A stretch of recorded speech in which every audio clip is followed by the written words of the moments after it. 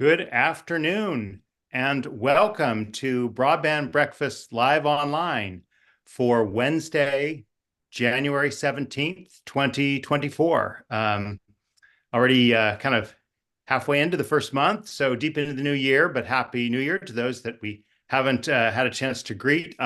It's a cold day in Washington. I can't say the same for Australia and not India, but Stockholm, where one of our panelists is, although he's familiar with India, and South Africa.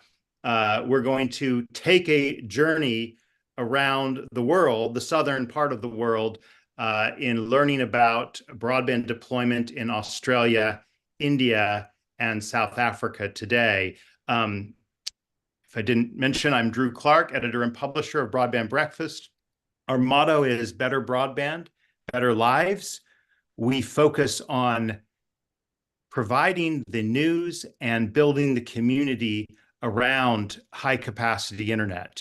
We really focus on the broadband rollout that America is experiencing right now.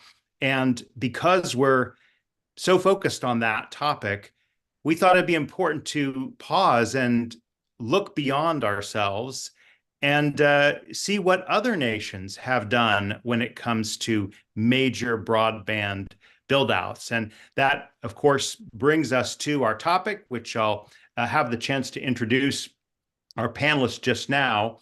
As a reminder, I want to let you know we do this program on Broadband Breakfast every week, every Wednesday at 12 noon Eastern Time. Our program next week will be on broadband mapping and BEAD challenges.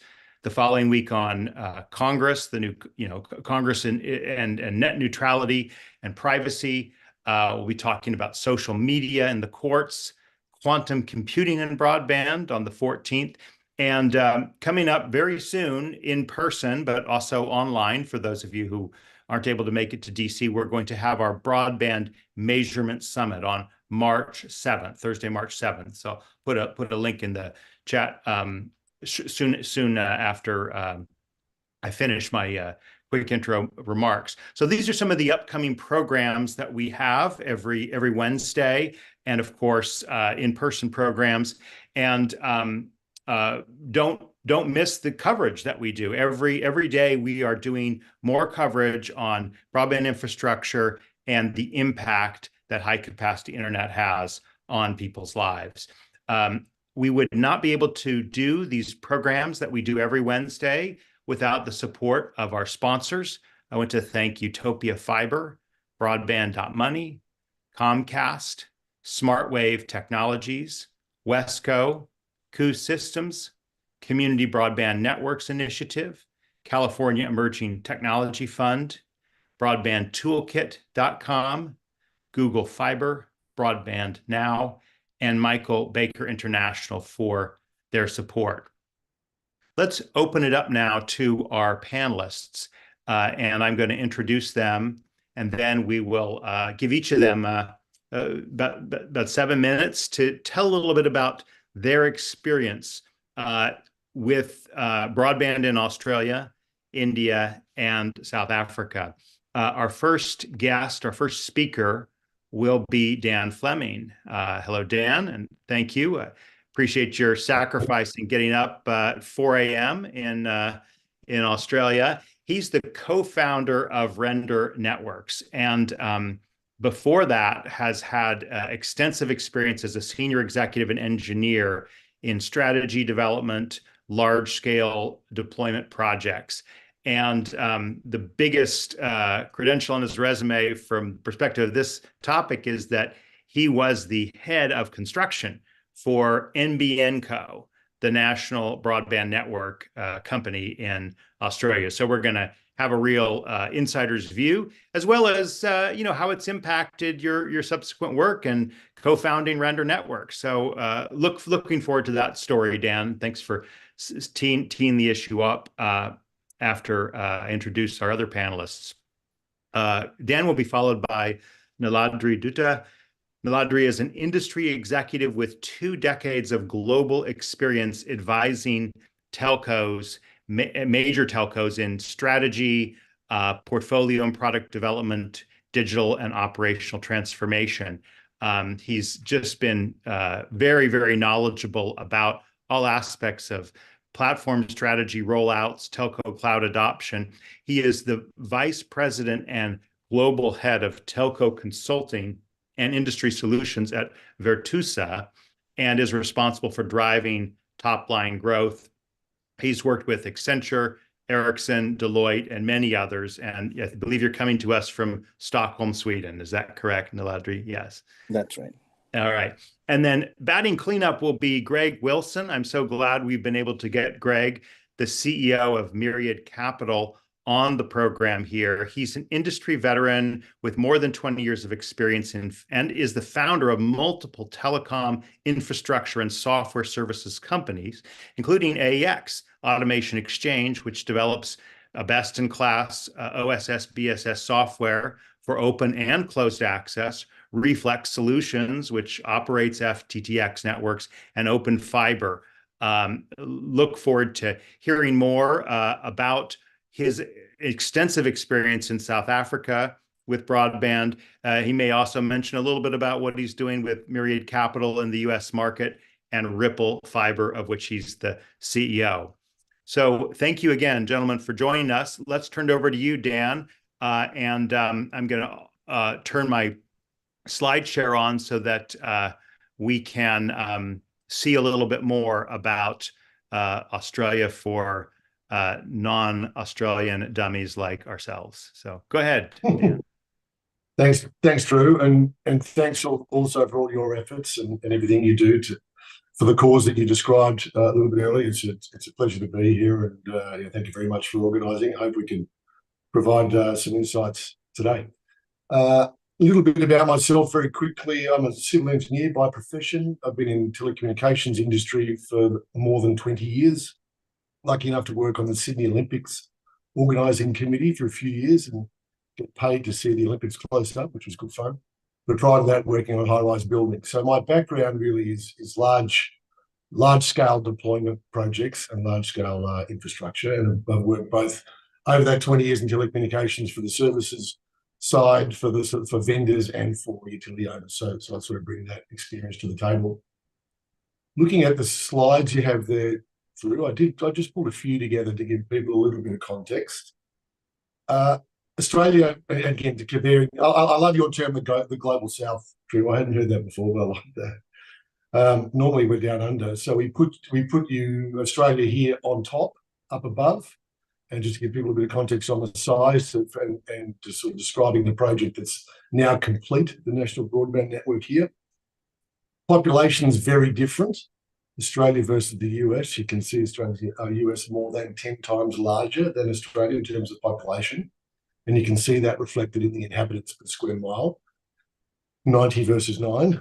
But our land size is not too dissimilar if you look at the sort of 48 contiguous states lands area. Despite that, Australia is very urbanised. You can see a percentage there, sort of 86 versus 83. So even though we're very sparsely populated in urban areas, there's very good similarities. I'd say a lot of similarities between the US and Australia. And a couple of metrics there around cellular usage and broadband services. You can see that the numbers per thousand is very similar. So there are big differences between us culturally, I would say. But we are very similar. And I hope these numbers give you an idea. Next slide, please, Drew. So the National Broadband Network was an idea that was political. The effect of the Labor Party back in 2009, which is in effect similar to the Democrats in the US, said, hey, we're going to change things up here, and you can see here the statement of expectations, which is the sort of government policy summary document that you can reference online, said we're going to change the landscape in Australia and we're going to build a broadband network across the country. It's going to be wholesale only and it's going to be open access. It's going to be greater than 90% fibre and fibre to the premises type technology, 4% fixed wireless and 3% satellite. And you can see on the map here, we are a country of people who hug the coast. So the red areas here represent the fibre. The grey areas represent sort of fixed wireless. The yellow is the satellite footprint. And starting from scratch, let's build a new network. The blue lines here indicate new transit links that needed to be built to new COs and new points of interconnect across the country. So very grand plan in 2010. This is what it sort of looked like. That was 3 governments ago. The Democrats changed effectively. The Labor Party was voted out by the Liberal Party, effectively the Republicans, about 2013. They were voted out again to become Democrats and about the Labor Party in about 2019. Despite all that, the national network was built and completed. Now the technologies look very different to this, and without going into any of the politics or the reasons, it was decided for speed, for budget, and for, in some ways, philosophical reasons. No one else in the world is building a full fibre network. Why are we doing it? Let's look at where we got to today. So the next slide, please, Drew. So today, there was a multi-technology mix completed in Australia, and 12.3 million homes across the country are ready to connect, serviceable, of which 8.6 million are connected. And the network availability, and these are numbers from NBN. I pulled all this data from publicly available NBN data. This has nothing to do from there's nothing personal from my time there. Now, I was at NBN from 2010 to 2013, head of construction, left in 2013 and formed a company that helped now in the US, organisations deploy fibre networks faster. That's called Render Networks. You mentioned that a little bit earlier, Drew. Thank you for that. But just coming back to these numbers, you can see here that fibre to the premises. Now, these numbers I could get publicly around 2022. Currently, the process NBN went through was, hey, we're going to finish this thing. We're going to build it, but we're going to build it faster than if we went full fibre and adequately in terms of speed and technology. So you can see there's multiple technologies used there. Drew, I'm just looking at the time. I'm about 5 minutes to understand. So a multi-technology mix was used, and the network was completed to these quantities. Thankfully, that was the case because during COVID, the National Broadband Network was really pushed and stretched and performed extremely well. So in hindsight, it was a great thing to do, finish quickly. What is happening now is that you can see in the corporate plan here of 2024, NBN's purpose is focusing on upgrading and improving the network to help us use the use of emerging technologies. So 12 years in 4 minutes, or 5 minutes. Started with one planned in mind, completed with a totally different technology mix. That's where we sit today. And the lessons sort of learned and observations about that in Australia, we really were, I believe, an early adopter. And thank you for that, Australian government. Whether it was foresight or good luck, I'm not quite sure. But we're enjoying the National Broadband Network in Australia. Observations quickly. Australia did have the benefit of the sort of national federal government being fully committed with intent and finances to fully build and complete the network. And again, as I said, across sort of multiple administrations. The network, the last 5 years, I've been really focused with our company, Render Networks, in the US. 95% of our customers are in the US. So please rest assured that the network deployment challenges are very similar across the globe. Looking at connections, more users want higher speeds than you think. So therefore, hey, let's put in some technologies that are going to get us there. That was fine to get us there. But as soon as customers start connecting, they did want higher speeds. I can talk about a couple more things, Drew. I'm just conscious of time. I can finish off these 2 points, or I can leave us there. Would you like to go? Yeah, go ahead and just quickly finish these 2 points, Dan. Yeah, the real consideration of prioritization of where do you want to go first. This is a 12-year build. And once you've started, it's sort of difficult to change course, a bit like a cargo ship. So I think Australia's experience was, hey, let's just get coverage. Let's just get network out there. Wasn't necessarily targeted to those customers who needed it first. So real consideration on how you use those funds and where you deploy. Consider that very, very carefully up front, more than probably Australia did. And finally, at the scale that these network builds require, the traditional approaches to sort of managing that deployment with so many interested stakeholders and so much now data that's required to manage these things effectively, you've got to think outside the square and use innovative solutions, which is what Ready Networks focuses on for you. So, short and sharp, Drew. I'll pass it back to you. Well, that's awesome. Let's go right into Niladri. Tell us a little bit about what broadband is like in India and about BharatNet and other developments that have happened in the last 5-10 years in this biggest democracy in the world. Thank you, Drew, and it's a pleasure to be part of this August panel. I'm obviously dialing in from Stockholm, but that doesn't necessarily mean that I will not be speaking of India. I've seen the phenomenal change and the transition and the transformation that has happened over the last decade or so. I'll just give you a bit of a backdrop from where India has really transformed itself, and then what has gone right for India as a country when it comes to deployment of broadband network infrastructure, where it is going, some kind of a best practices framework adoption, if I may, what India has done so far and what other countries can actually emulate and learn from it. And then take you to the land of contrast that really India has been as a country or as an entity in itself when it comes to telecom as a sector, not just broadband rollout services per se. And last but not the least, looking at some of the imperatives in terms of cost structure and business models that the government and also the private players are doing. I mean, of course, many of you are already aware of the Indian market per se and what has triggered this whole phenomenal change that has been a talking point for many of us. So, without further ado, if you look at a overall World Bank report as a reference point, with every 1.4% growth in the GDP, there is a penetration growth rate of almost 10%. And India has been a glaring example of that. I mean, I know, Drew, you mentioned in your previous intro that we are growing at more than 7%. That in itself is kind of a phenomenal when it comes to the overall world economics, where every part of the developed world is kind of challenged in many ways, given the present circumstances. So, of course, broadband has a social impact, it has an economic impact, and of course, it also has not so major but a minor political impact. In India, all three impacts were highly, highly visible, if I may say so. At the present penetration of broadband, if you look at it from a population standpoint, stands at about 888.9 million.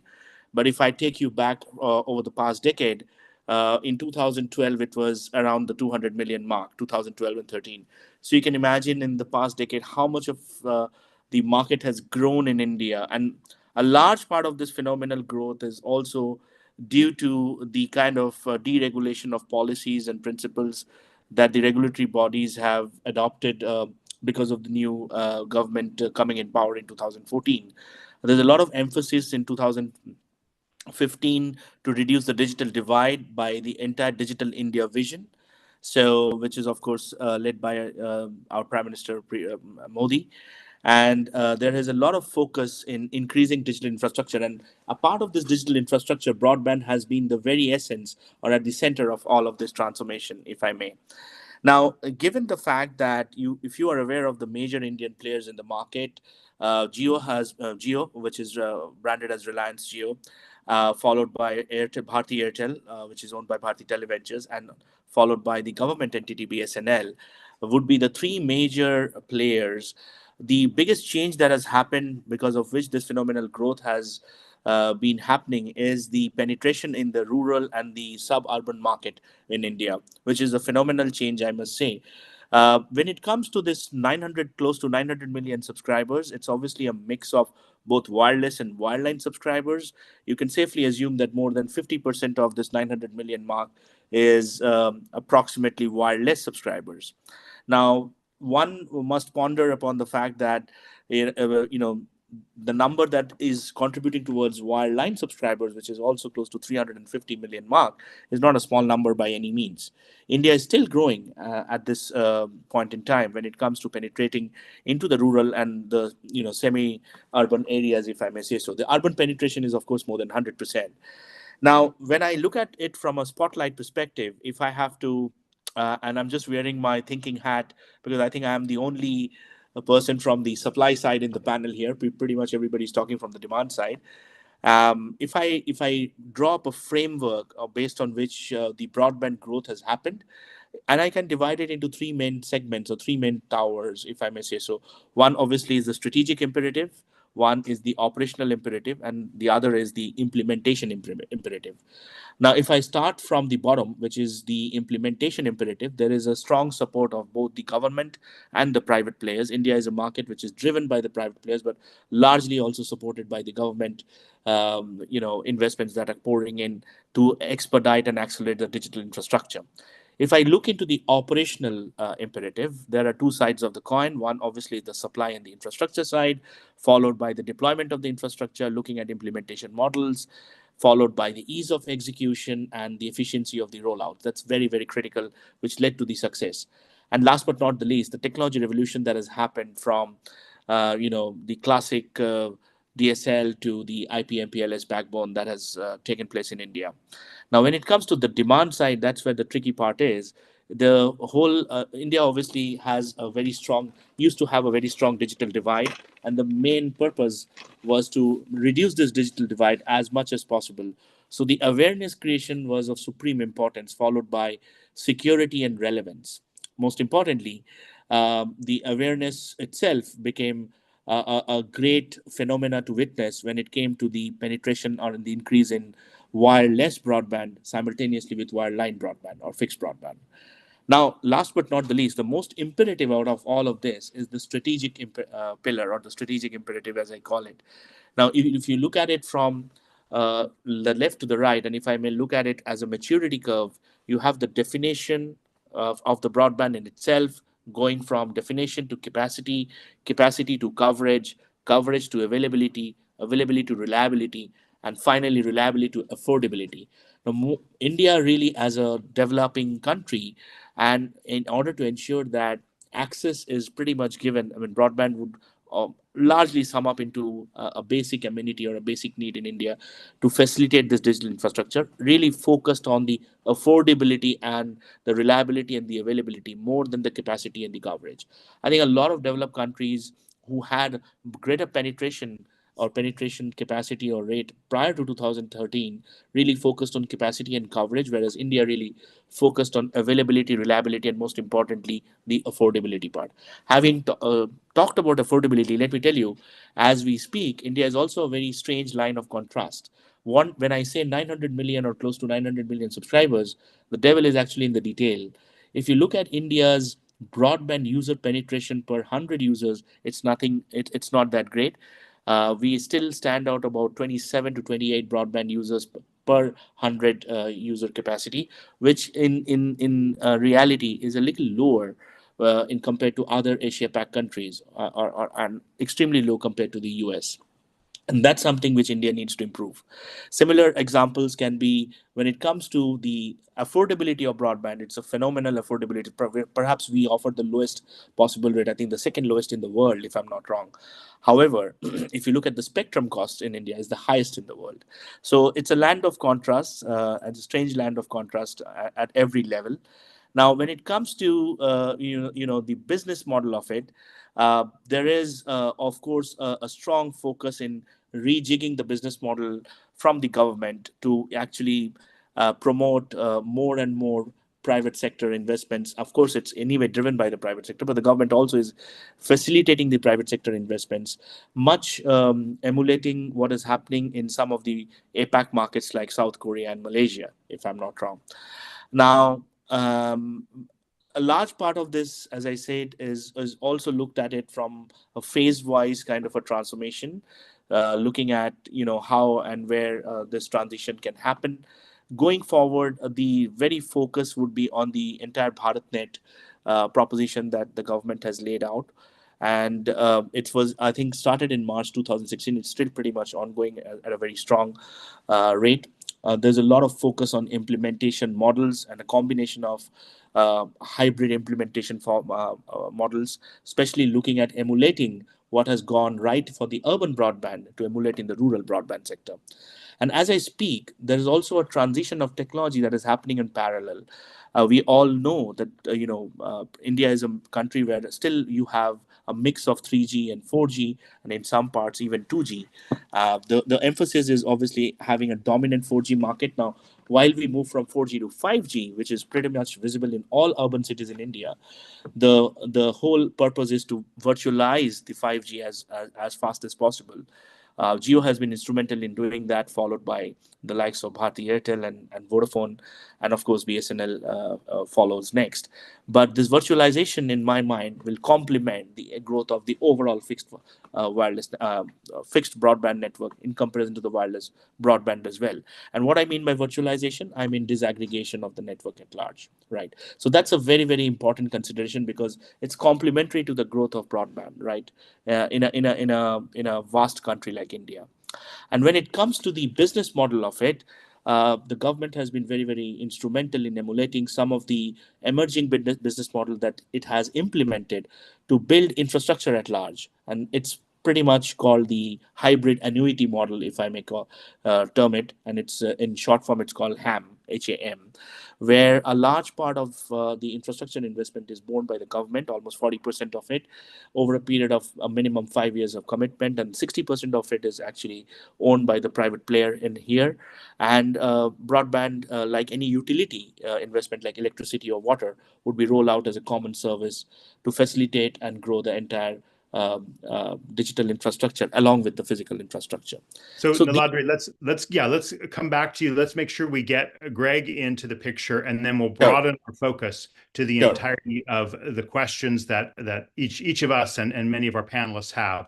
So Greg, let's turn it over to you to tell us a little bit about your experience in the deployment of infrastructure in South Africa, with a particular reference to how fiber open access really took off. And make sure to unmute yourself there, Greg. Thank you. Good. Yeah, thanks. Thanks very much, Drew. South Africans has been an interesting market because we haven't had much governmental support in the deployment of broadband. So it's really developed all out of the private sector with private capital. To give you a bit of context in the size, South Africa's around three times the size of Texas. There's around 18 million homes in South Africa across 60 million people.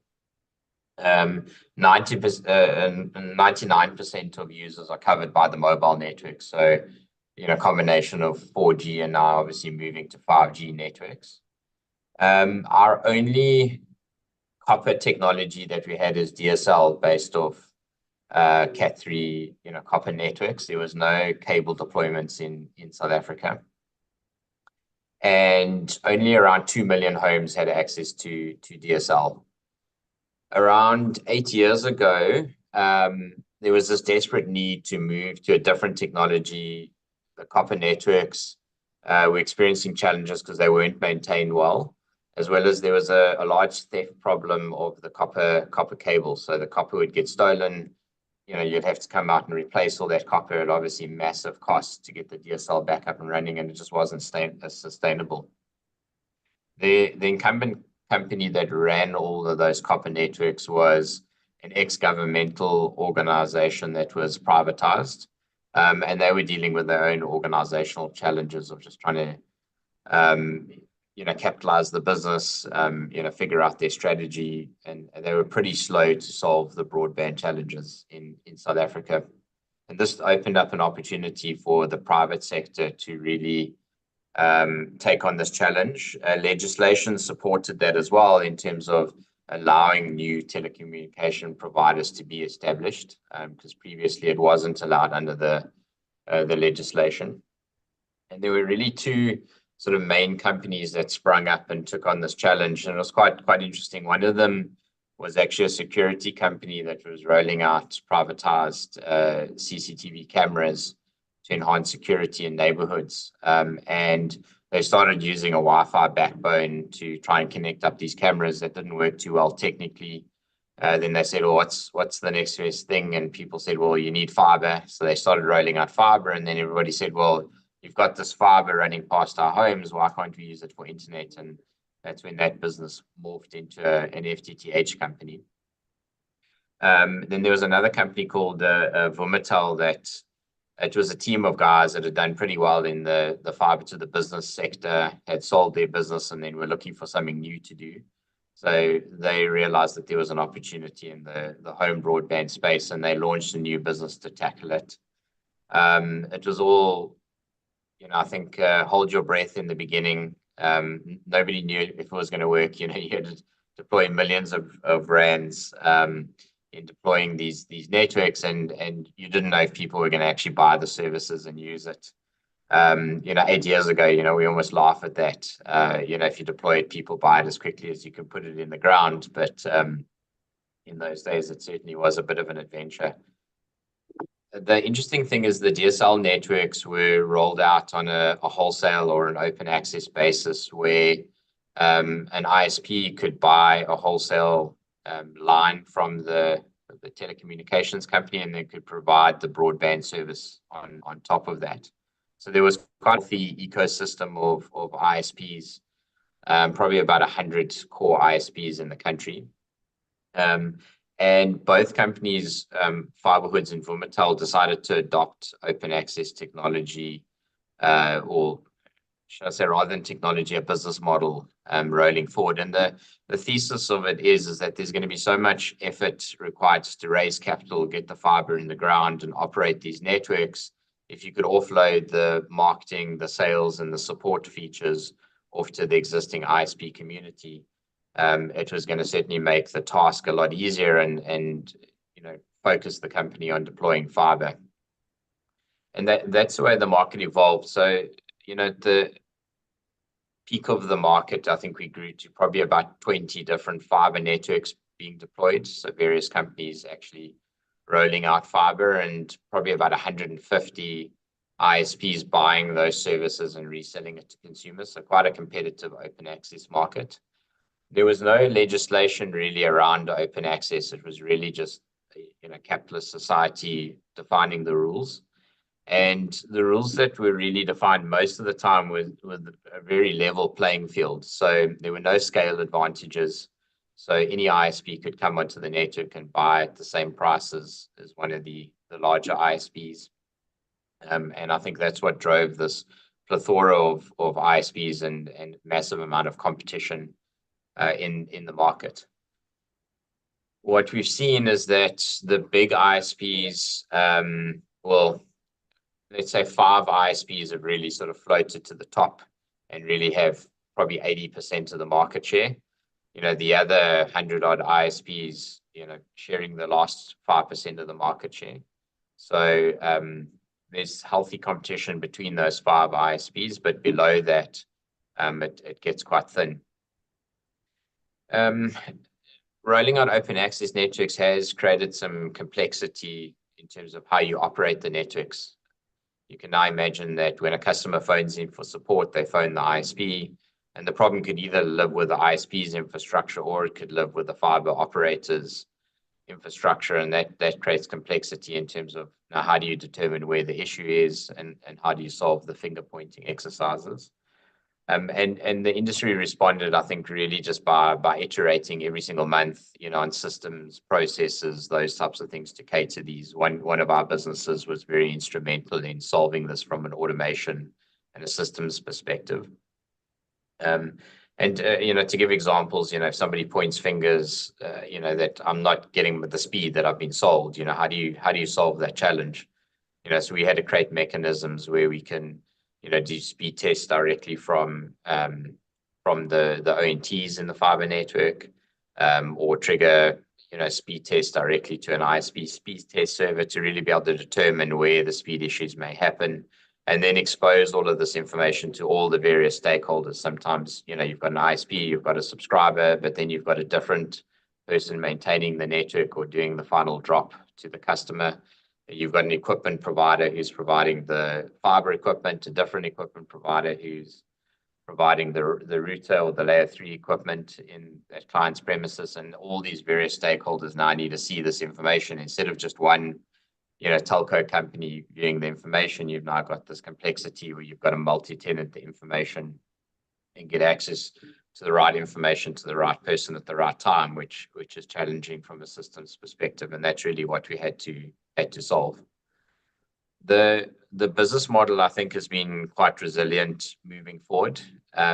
Because everything's private capital, you have to figure out what is actually viable to roll out of these 18 million homes. And the vision of what's viable has continued to grow over time. Initially, I think it was hundreds of thousands of homes that we thought was viable with fiber, and it very quickly grew to 2 million and then to 3 million homes that was said it's viable with private capital. And now we've, that was, if I'd say, phase one of the approach. Then what we did is we actually went to a very low income area, and we actually tested, could we roll out fiber, and could it be economically viable with private capital? And we're talking about homes where the household income per month is sort of $300 a month, US dollars. So very low income areas. The affordability was estimated to be around $20 a month for fiber. And you were effectively taking market share away from prepaid data. So these were people that had mobile devices already, predominantly accessing internet via their mobile phone, but paying a huge amount for that data. So they were really being drip-fed internet. They're paying 10 upwards to $20 per gigabyte of data, which was really unaffordable for people to consume large amounts of data in these low-income environments. Fiber promised to change all that. So we went in and we did this proof of concept where we rolled out, and for $20 a month, you could have uncapped, unlimited fiber. We would limit the speeds, and that was really just to create some variability in the product and increase the revenue from consumers who had a little bit more available income. And we rolled it out, and what happened is the whole market innovated, so they had to get a lot more efficient in terms of the cost of deploying this infrastructure. So the vendors came to the party in terms of the equipment. The equipment prices came down. The contractors, the civil contractors, in terms of deploying this infrastructure, their prices come down. And then we also were able to innovate on the system side. So how much of the network do we automate just to reduce the amount of man hours spent in deploying and managing these networks? And we managed to make the model work where we generated a very similar yield on capital in these very low income markets to what we were able to achieve in so the initial 2 million home deployment. So Greg, let's open this up to all of our panelists here. And thank you. This has been extremely, extremely educational. I want to start with a question teed up by Greg's comments about open access and who do you call when you need to call. And that, of course, I want to ask Dan about, and how did the open access rollout of the National Broadband Network work? Was that confusing, not confusing? And how has it kind of taken shape since the completion of the network, Dan? Greg, your sort of numbers around market share floating to a small number and then having a lot of competitors below that, very similar circumstance here in Australia. Telstra is the incumbent, there's Vodafone, there's Singtel via Optus. So there's a few large players in the market. They all get exactly the same treatment from NBN from a response perspective, Greg, if there is an issue. For the first few years, it was, I would call it a significant challenge to get those systems in place, to get even the organisations that are required to provide that support to understand how their own systems work under the myriad of examples of things that can go wrong. And for a long time, it was quite frustrating when you had an issue. I'm a customer of the National Broadband Network. I have 2 services through the NBN. I ring up and very often the RSP says, well, I can't fix that for you. I have to go off internally and get responses from someone else. So yeah, very challenging process-wise. But I would say that, where we sit today, the response is adequate. Yeah, so we've worked it out. There are 9 million customers or so on the network, but Drew, it was a complex problem to solve. And I think, Greg, you said that the iteration upon iteration of processes to try and improve it it was slow to get to where we are today, but I think today it's sort of worked itself out. That answers your question. I want to make sure we get a little more detail on BharatNet, okay? And Niladri, could you speak to the role of the federal government in making this push? It's so interesting because two of our three panelists have had a very strong federal push, and Australia, the third, has not. And yet there's been kind of a similar kind of rollout just by the private sector, which is fascinating in itself. But Niladri, could you speak to the role that the government public capital has played, and maybe how private capital plays a role in that as well? So, to be very entirely honest, in India, the government played a role which was more reactive, seeing the growth that has actually happened because of the private capital pumping in. And I think I was just reading some of the chats here. Somebody saying $300 a month. Just to give you a perspective, I mean, how tough the Indian market is. In terms of mobile broadband, Drew and everybody else, the average contribution is less than $2.5 a month. And in terms of actual fixed broadband, it's less than $5 a month. So you can very well imagine the scale at which the Indian broadband players operate, especially the likes of Jio and Bharti Airtel, which are the two major players. Of course, the credit is due where it is due. So in India, the propellant of this whole penetration game was started predominantly by the likes of Reliance, and then it was taken over by Jio and followed by Bharti as well, because these are the two major players apart from the government-owned BSNL, who owns the actual fiber backbone network. Now, the government obviously saw that as an opportunity in 2013 and 14 when Geo was starting off, and I'm talking both with respect to fixed and mobile broadband. And then they started pumping in the money in 2016 onwards as part of their digital infrastructure program, which is called Digital India, to basically bridge the gap between in a way the rich and the poor, or the urban and the rural. And that's where that unification program by the government through the Digital India campaign became a phenomenal success, and it's still ongoing. I'm not saying it's every problem is being solved, but there is a great contribution which the government realizes. Just as they were providing water and electricity, they would provide broadband connectivity to each and nook and corner of a vast country like India. So speaking of the fiber or the wireline broadband in India, Niladri, is it open access? Is it not? Could you just kind of translate what that market is like vis-a-vis what we've heard from Australia and South Africa, and by comparison, the United States? Yeah, I think the market is very similar to the likes of what Australia has been doing. I mean, not just Australia. I mean, it's a starting point what South Africa was.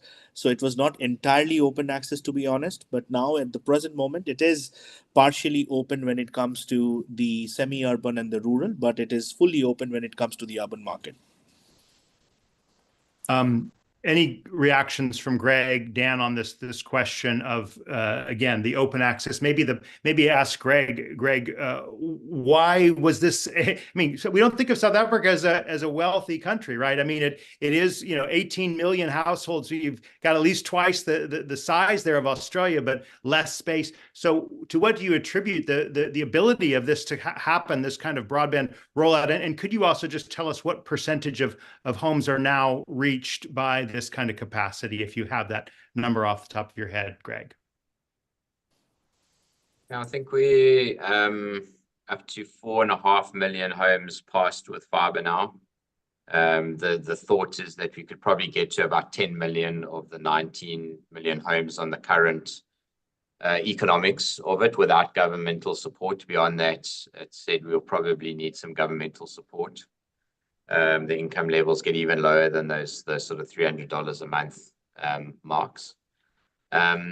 Yeah, it's interesting, because obviously I'm now operating within the US market, and I see how many people are waiting for government grants to go and service people with fiber, and I'm like, I come obviously from the opposite side where it's just, just get and do it. There's enough money that you can charge subscribers to make these networks work. So there are definitely homes in the US that need governmental support to be viable. But I think people should also look to what can just be done with private capital. Sorry. Please go ahead. Yes. Yeah, I was just adding a quick pointer here. I mean, with a disclaimer. So, in India, when I made that comment, just also we need to bear in mind the kind of technology that I was referring to. So, especially when it came to the backhaul part of the network, that's where the support really came in. Of course, the access network, it was pretty much independent of the government, whether it was copper, fiber, microwave, or whatever other technologies. But when it really came to the backhaul, there was, of course, a push from the government when it comes to a combination of fiber and copper, or even satellite for that matter, and this was highly visible because of the cumulative fiber deployment index that really had an exponential rise from 2016, 2017 onwards till 2021, 22. Just wanted to highlight that.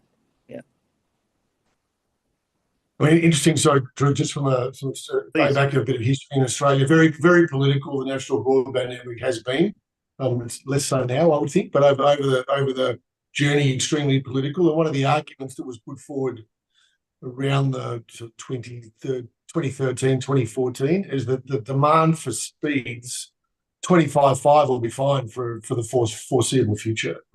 So I think, in terms of hindsight, the reason for doing these things, today we all, and one of the comments I put in my little presentation there was, more people want higher speeds. And I think there was an underestimate back in the day that won't be the case. But also in Australia, particularly, like you, Greg, one of the government organisations was privatised, and that business wanted to sweat its assets for as long as possible, and competition wasn't something that they were thrilled by. And so, in all different places, there's all these different political tensions and complexities. But ultimately, where we're sitting today globally, there's a huge push for speeds, and fibre. Fibre seems to be the answer. So, yeah, complex everywhere.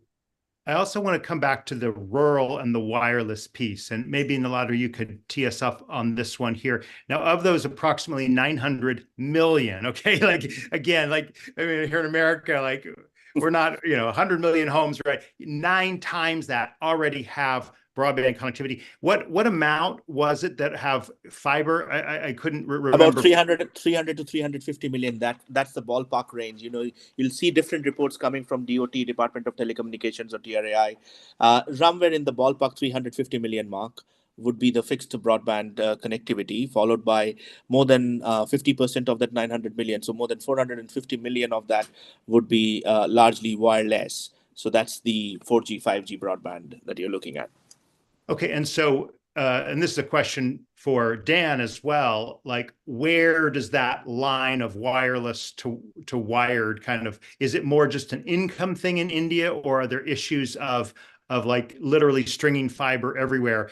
And for Dan, the question is, why do I have this 93% number so stuck in my head, right? Was that the initial number that they said we're going to get fiber based on kind of a geo perspective? And then that too was changed and it really settled on lesser percentages. So Niladri and then Dan, let's talk absolutely. Income.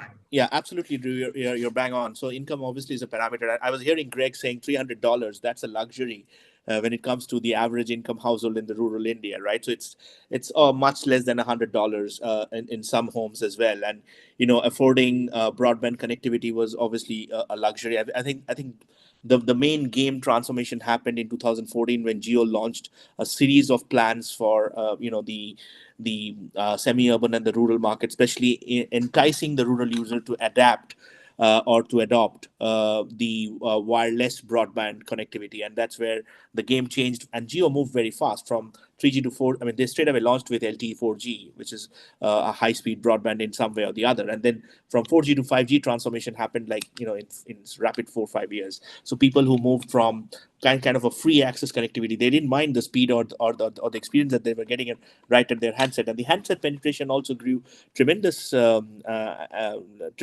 this period, largely thanks to not just the Chinese manufacturers who were opening shops in India, but there were local Indian brands who were picking up in terms of mobile handset manufacturing. So that was a great propellant, followed by the construct that government realized in 2016-17 that as part of the digital infrastructure program, it's not just having a phone at the hand, but actually providing a physical wired connectivity, just like water, electricity. Wire line broadband is equally very important, and I think that's where the whole funding started coming in. Initially, as I said, it was a private-led initiative, then funded by the government, which basically led to this whole transformation. Having said that, the wireline broadband also contributes to less than $5. So the average ARPU that if you're operating in the Indian market is almost 2.5 to $4 in a month. That's the scale that you're operating in. Dan. Yeah, that 93% number in terms of where did that come from? An analysis was done. It's purely on that was really a cost return number. So as I said, Australia, the population is pretty much spread around the coast. There's a lot of nothing everywhere. So the imperative of we have to hit everyone, so everyone will have access to broadband, meant that you need a mix of cheaper per square kilometre. I'm going to use the term kilometre, not miles. Back to my natural language. So yeah, if we're covering everyone, it sort of became the planners within NBNCO and government sort of said it sort of becomes asymptotic in terms of cost versus return in Australia, given the geography, given the incumbent network and availability of infrastructure. Beyond 93%, fibre became very uneconomical and just drove the cost too high. So then it was okay, well, how if in less dense areas, fixed wireless makes sense, and in very sparse areas, let's go to satellite. So that mix, that's where that sort of mix came from, purely on if we have to hit everyone, where can we make that fit into a budget? That's where that came from. We still have a few more minutes for questions. We have one here from Charles Baldwin. Given the high costs of spectrum availability, and it may be worse, kind of like why is spectrum so expensive in India, other government regulatory organizations and affordability, please comment on market penetration opportunities for WISPs, 4G, 5G cellular, broadband satellite, and fiber to the home or the premises. Who has a better path to capture market share in urban versus rural areas? And actually, even though I was thinking India, let's hear from everyone. First Niladri, then Greg, and then Dan. Yeah, I think the reason for spectrum costs being so high in India is because spectrum is heavily regulated by the defense services. So, I don't know about the US, but in defense services owns up majority of the spectrum. So when they go for auction, it's the government who completely owns it, and therefore it comes at a very, very premium cost. In terms of the market penetration opportunities, it's a given that there is a target that the government has taken to connect each and every Indian by 2025. So you can imagine 1.4 billion people connected either through wireline or wireless, and that's going to happen because the way it's going, it's definitely going to happen. In areas where you have this is next year. This is by next year. That's correct. Everyone in India. That's correct. By the end of next year, that's correct. And because it's going to happen for sure, because in 2000, the 900 million report that I just, the number that I just gave you was the August-September 2023 report, and, it's growing at a rapid pace. If you take the report as of today, it's more than 900 million, perhaps. And I'm very confident because the way the wireless broadband penetration, the rate at which it's growing and the affordability of it, as I said, India is the cheapest in terms of globally, it's the cheapest, one of the cheapest. I mean, second most cheap. Cheaper. There's only one country which is cheaper than us. So the wireline broadband penetration will equally happen in the urban and the semi-urban areas. Urban is already fully penetrated. The semi-urban and let's say the B and the C towns. In terms of rural connectivity, that's going to be the game changer. I think that's going to be another 4 to 5 years from now, because to move from 350 million to about 700, 800 million, it's going to be about a 2 to 3 year roadmap. But in terms of wireless, it's pretty much there. Because most of this is riding on LTE backbone, which is as good as it gets. And not to forget, each of these operators, which I named, which is the Jio, the likes of Bharti Airtel, have also parallelly launched their satellite broadband network. So that's so you have multiple options to choose from at this point in time. Greg, what's your response to this question? I think, from our side, because there were only 2 million homes with copper, other technologies like, HFC or, fiber to the curb or anything like that weren't really viable. The private capital would prefer to take fiber all the way to the homes as their primary technology. From a mobile connection perspective, the spectrum is also prohibitively expensive for a startup player. coming into the market. So, we've got two big mobile carriers and two sort of smaller mobile carriers. The smaller guys continually battle to make their businesses viable with the cost of spectrum and the cost of rolling out the infrastructure. So mobile is not really viable. And then for the really less dense areas, fixed wireless or Wi-Fi, should I say, has been a technology that's been quite widely used, say in farming, districts and very sort of low density rural areas, those types of things. But predominantly, we're trying to get fiber all the way into the home. So even in those very low income homes, there's a fiber drop straight into them.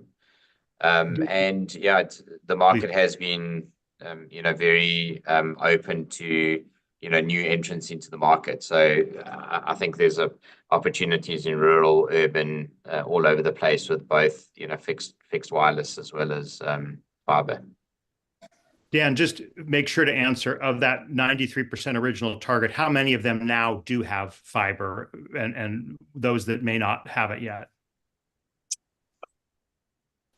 Fiber-based technology. I think of the and I'm not as close to this as I should be, and I was trying to get current details, but I think they've recently upgraded of the fiber to the node connections. NBN's recently upgraded 2 million of those to be full fiber to the home, and over the coming year and a bit, they're upgrading another 1.5. So it's going to get up above 60, around sort of above 60%, and continue to go as the funding's available. So. And the HFC is going to stay in place for some time, I understand. So it's all about what speed can be achieved. Yeah, that's the answer to that. Coming back quickly to the spectrum question, and I'll be very quick. I think, Greg, like you, spectrum is tightly held and expensive in Australia, and extremely hard, managed hard. The observation for me, NBN is not an exclusive provider of high-speed broadband. The Australians generally were sceptical on the reliability and success of home 5G. Now that is being introduced into the market by non-NBN, by RSPs, particularly Telstra's gone hard on that. So, and it is cutting into market share of the NBN fiber network, because 5G home internet is becoming accepted and is displacing NBN. So yeah, life's never boring. I've got a final question I want each of you to weigh in on. We haven't talked as much as perhaps we might have on the United States and BEAD, the Broadband Equity Access and Deployment Program, which in some ways I've kind of referred to as, America's broadband build out. What advice would each of you, based on your country's experiences, or the experiences you've tracked in these countries, what would you say are the key lessons that America should take from Australia, India, and South Africa? And let's go back to you, Dan, and go in that order, close out with final thoughts. So, Dan. Oh, it's a broad question, Drew. I'll talk very quickly.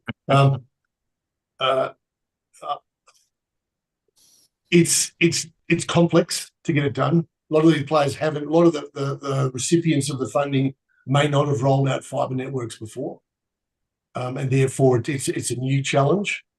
I think my last point on the slide deck that I put through there is, traditional methods that we use to grow networks organically and add to networks just don't translate into building large networks from scratch. So, really think about how you're going to do it. It probably takes longer to ramp up than you thought, but ultimately with commonality of intent and involving stakeholders and thinking about how this is going to be done, really looking at the data that you're using as you're going through that process, you'll get there. But it takes a bit longer to get going, and it is as complex as it sounds. Well, BEAD certainly has taken a little longer to get going than some of us would like. Thank you, Dan, for being with us. Niladri, final thoughts. My final thoughts would be the following on three different areas. One is the rollout framework needs to be relooked at, and I think when I say framework, I already walked you guys through the framework. I think the focus should be on affordability, reliability, and availability more than capacity and coverage. It's not just the US. I think most developed Western countries, even in the Europe, they really focus on capacity and coverage because that's where the QoS and the Net Promoter Score drives, and that's where they increase the profitability index. I think the focus should be more on availability, reliability, and most importantly, affordability. That's point number one. Point number two is looking at the deregulation and looking at ways and means to completely deregulate the tower infrastructure. That would increase interoperability and reuse. I think that's very, very significant in a highly populated market, and US with more than 300 million people is not an underpopulated market like Sweden or otherwise, right? And last but not the least, having a cost intensive model which is focusing on hybrid annuity, more of a hybrid cost sharing strategy where both the government and the private entities play an active role. Great. Thank you for being with us. Greg, you're going to get the last word here. Yeah, thanks. I think, the US's system works predominantly off of grants, as opposed to call it, like the Australia rollout where the government has built their own network effectively. So US is stimulating private sector. I think the biggest challenge is that they need to make sure that the dollars that are allocated now get spent in the areas that are uneconomical to roll out, on private capital. And I think that is a significant challenge because the market hasn't run for long enough yet to actually exhaust what private capital could do. I mean, there were another 9 million homes built in 2023. Some of that would have been governmental money, but I think the bulk of it would have been private capital. So, the government needs to make sure it's stretched properly. I think in terms of the tech, the speeds, the service they're trying to get, they've got all of that right. It's now just how do they allocate and make sure the money's spent well. Well, it's been great to take this journey across the southern part of the globe. Thank you for getting up at strange hours. Wonderful to have you. Dan Fleming, co-founder of Render Networks, for being with us. Niladri Dutta, Vice President of Telco Solution Offerings at Virtusa, and Greg Wilson, CEO and co-founder of Ripple Fiber, as well as the founder of AEX. Thank you so much for being with us. We'll see you next Wednesday at 12 noon Eastern Time. Take care, everyone.